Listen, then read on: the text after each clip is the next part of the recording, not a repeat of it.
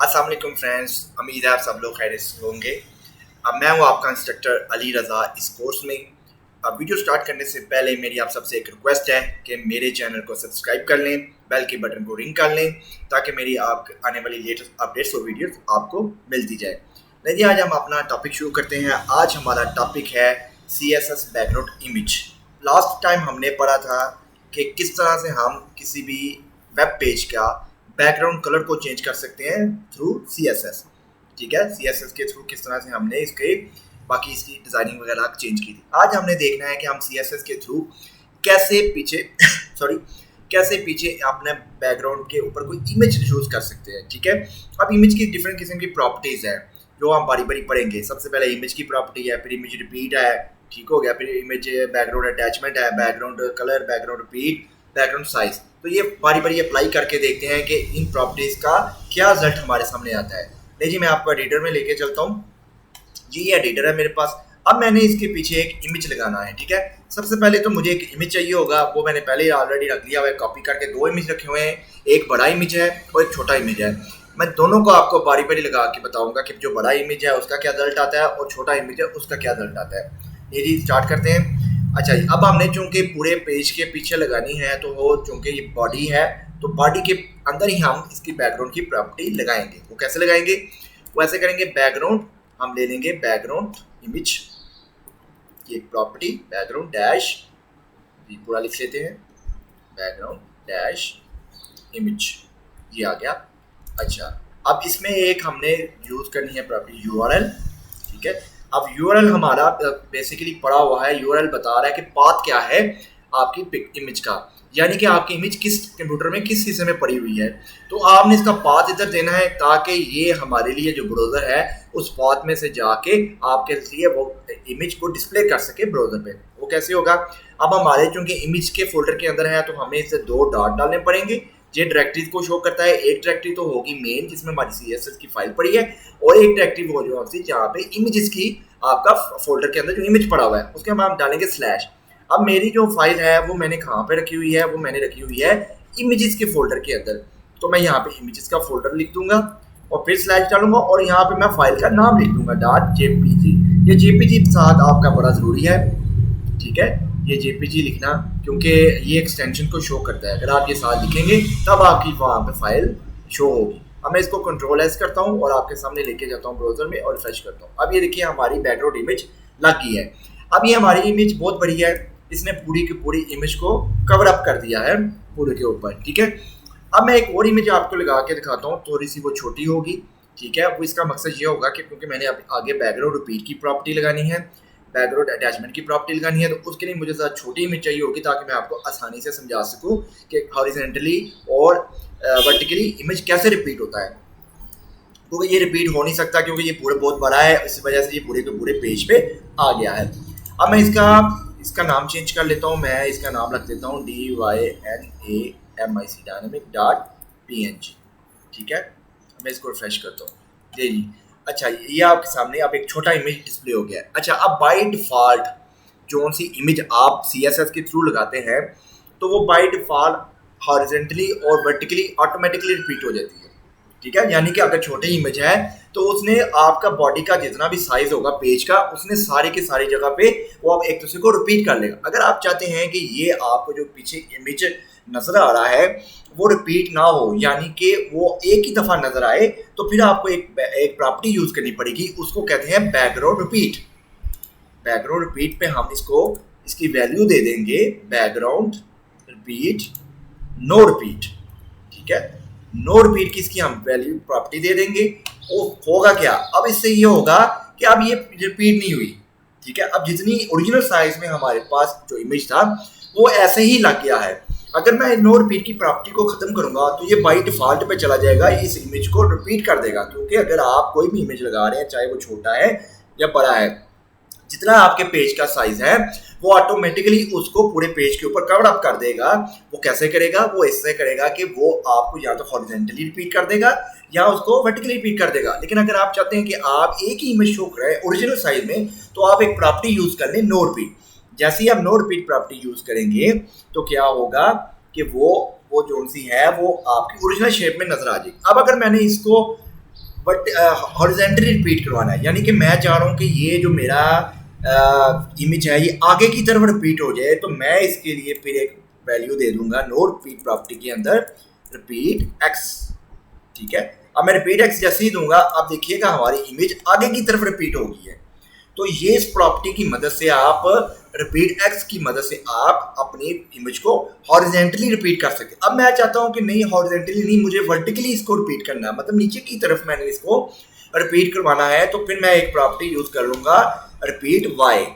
ठीक है, और मैं इसको कंट्रोल एस कर लूंगा और मैं इसको रिफ्रेश कर लूंगा। अब देखिएगा मेरी जो इमेज है वो नीचे की तरफ रिपीट हो गई है। तो आपने देखा कि दोस्तों कि कैसे हम एक इमेज को मुख्तलिफ तरीके से सेट कर रहे हैं। यानी कि अगर आपने इमेज को पूरे पेज पे शो करवाना है तो आप एक बड़े साइज का इमेज ले लें, वो ऑटोमेटिकली रिपीट होके वो शो हो जाएगा। और अगर आप छोटे साइज का इमेज यूज़ कर रहे हैं तो फिर आप उसके लिए अगर आप उस पर कोई प्रॉपर्टी रिपीट की यूज़ नहीं करते तो वो आपके लिए वो डुप्लीकेट हो जाएगी, रिपीट हो जाएगी। और लेकिन आप कहते हैं कि आप ओरिजिनल साइज में चाहिए, तो आप फिर या तो उसको हॉरिजेंटली रिपीट करवा लें या उसको वर्टिकली रिपीट करवा लें।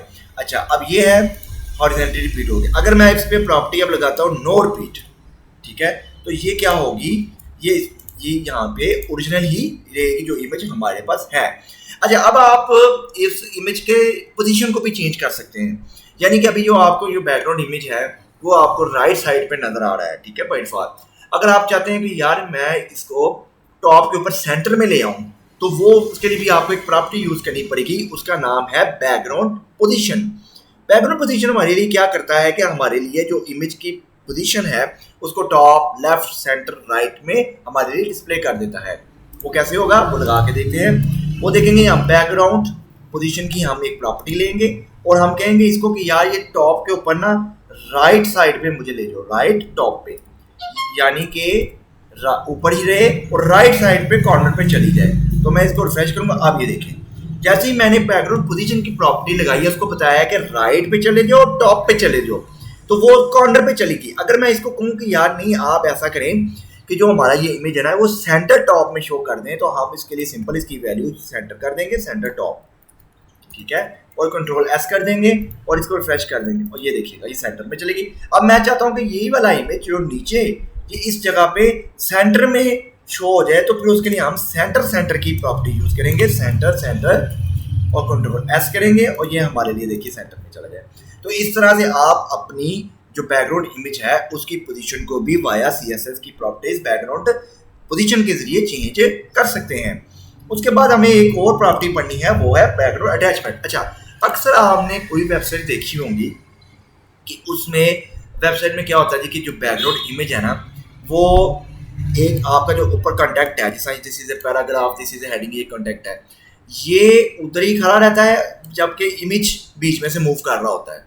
तो वो कैसे होता है वो यहाँ मैं करके दिखाता हूँ। जो बैकग्राउंड अटैचमेंट प्रॉपर्टी है ना उसकी दो वैल्यूज हैं, एक तो कवर है और एक है फिक्स प्रॉपर्टी। ठीक है, कवर में क्या होता है कि कवर जब आप बैकग्राउंड अटैचमेंट के साथ लगा लेते हैं ना तो वो बाय डिफॉल्ट के अंदर पूरी की पूरी इमेज पे चला जाएगा, मतलब पूरे के पूरे पेज पे चला जाएगा। वो देखते हैं पहले मैं आपको कवर लगा के दिखाता हूँ। ठीक है, अब मैं इसको बैकग्राउंड जो पोजीशन है ना इसको मैं ख़त्म कर देता हूँ इस प्रॉपर्टी को। ठीक है, और मैं नीचे एक प्रॉपर्टी ले लेता हूँ बैकग्राउंड अटैचमेंट। ठीक है, और मैं इस पर कवर की वैल्यू दे देता हूँ फिलहाल।